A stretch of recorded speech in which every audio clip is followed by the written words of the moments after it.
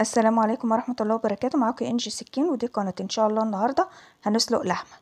هنا معايا حلة بدأت سخنتها، ومعايا حوالي كيلو و300 جرام من اللحمة الموزة.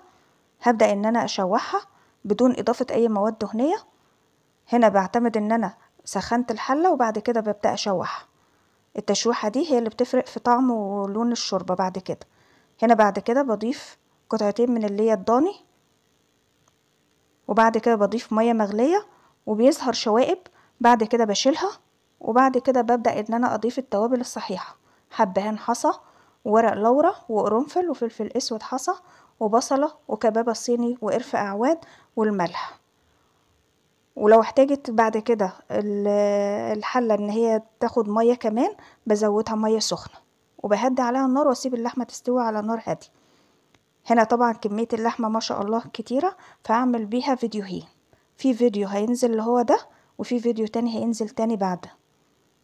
هنا انا قدمتها مع رز وشعرية، وقدمتها مع لوبيا. هنا دي كل المراحل. طبعا بنتابع اللحمة، لو احتاجت مية بنضيف لها مية مغلية، وبنسيبها اهم حاجة تسوية على نار هادية. هنا دي طريقة التقديم.